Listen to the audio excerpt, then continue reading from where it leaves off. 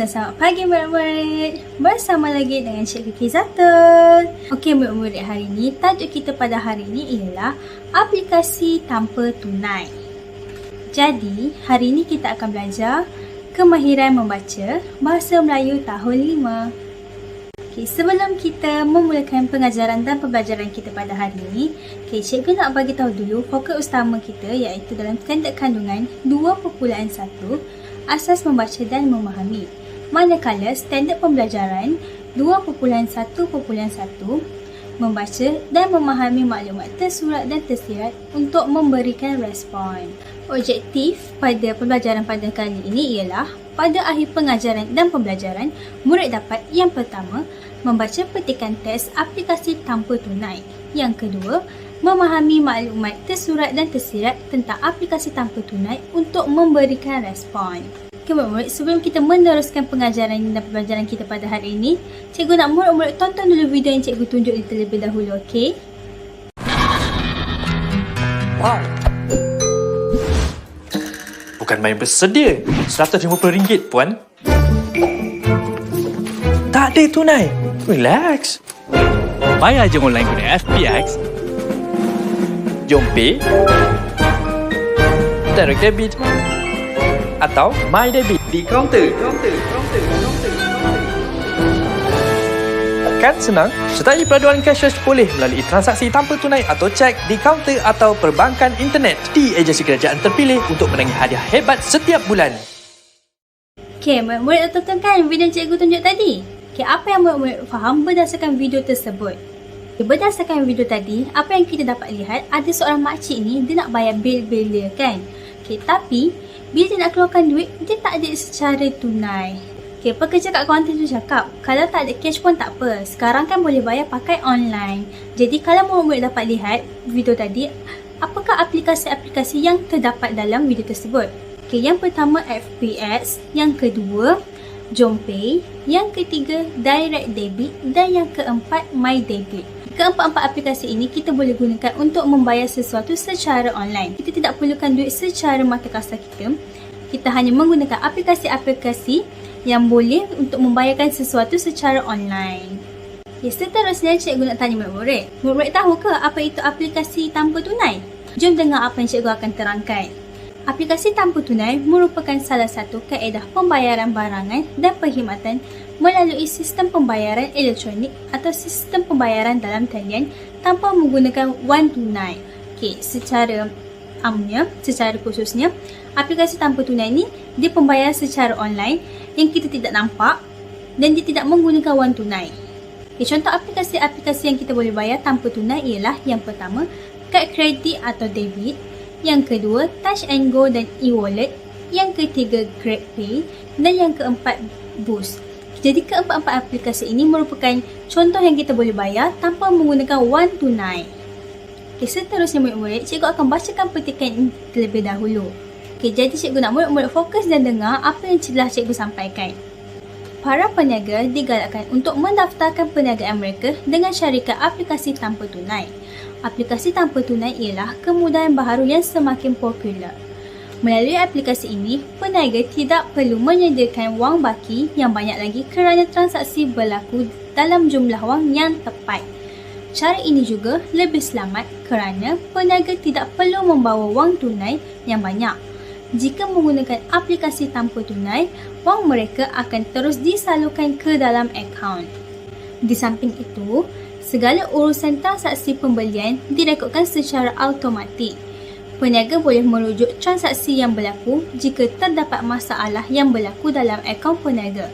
Sistem ini membantu peniaga untuk mengurus perniagaan. Dari aspek kesihatan, cara ini dapat mengurangkan sentuhan. Apabila kita menggunakan wang, pelbagai virus dan bakteria akan berpindah tangan melalui wang itu. Cara ini boleh menjadi punca penularan penyakit. Pada masa ini, terdapat banyak pembekal perkhidmatan ini. Selain daripada syarikat swasta, pihak bank juga menyediakan perkhidmatan ini. Aplikasi tanpa tunai ini merancangkan perkembangan ekonomi negara. Okey, jadi murid-murid, berdasarkan petikan tadi, apa yang murid-murid faham? Okey, dalam petikan tadi dia dinyatakan pada masa kini ekonomi kita menggunakan pembayaran tanpa tunai. Jadi, pelbagai aplikasi-aplikasi yang telah disediakan untuk kita membayar secara online. Okey, dalam petikan tersebut juga ada menyatakan kepentingan-kepentingan apabila kita membayar secara online ataupun kelebihan dia. Okay, contohnya macam bila kita bayar secara online, peniaga-peniaga ni tak perlu menyediakan wang baki. Okay, contoh macam mana kat kedai, bila kita bayar contoh harga tu RM10, tapi kita bagi RM20. Jadi dia kena bagi kepada kita sebanyak RM10. Jadi macam bila kita menggunakan online ni, kita akan bayar secara tepat. Kita akan guna scan QR code tu, lepas tu kita akan bayar sahaja harga tersebut. Okay, jadi tak ada baki kat situ. Lepas tu antara kelebihan dia lain dalam masalah kesihatan. Contoh macam zaman COVID sekarang ni, bila kita menggunakan wang, kita bertukar mata wang tu dengan orang lain, kita akan mendapat penyakit melalui wang tersebut. Dekat wang tu adalah virus, bakteria yang melekat. Contoh bila COVID ni, bila COVID tu melekat dekat duit tu, dia akan kenalah kepada kita bila kita bertukar wang tu. Itulah antara kelebihan-kelebihan yang ada dalam petikan tersebut. Okay, seterusnya, cikgu akan ajar macam mana murid nak memahami maklumat tersurat dan tersirat untuk memberikan respon. Okay, cikgu bagi maksud dulu, maklumat tersurat ini ialah maklumat yang diperolehi terus daripada bahan grafik atau teks. Maksudnya dalam teks tu, dah ada teruslah dia punya maklumat yang kita nak. Okay, maklumat tersirat pula, maklumat di sebalik isi tersurat iaitu kesan atau huraian kepada maklumat tersurat. Okay, maklumat tersirat ni, bila kita dapat maklumat tersurat, okay, kita boleh cari berdasarkan maklumat tersurat tu apa yang dia nak. Okay. Respon pula, maklumat terselindung sebab atau penerangan kepada maklumat tersirat.